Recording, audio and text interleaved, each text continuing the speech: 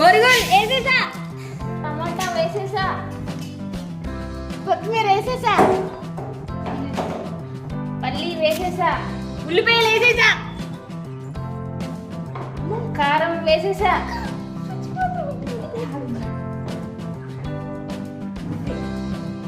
ఉప్పు వేసేసా, నిమ్మకాయ పిండేసా.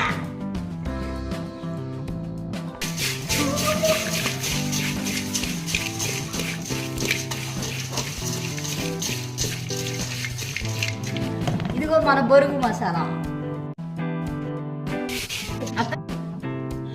చూసారా ఎలా? సో ఫైనల్గా మన బొరుగు మిక్చర్ అన్నమాట. సూపర్, చాలా టేస్ట్గా ఉంది. మీరు కూడా ఇలా ట్రై చేయండి. నేను చెప్పిన ఇంగ్రీడియంట్స్ వేసుకొని చాలా టేస్ట్గా వస్తుంది. కలిపేది చాలా జాగ్రత్తగా ఇలా ఇలా కలుపుకుంటే కలపండి.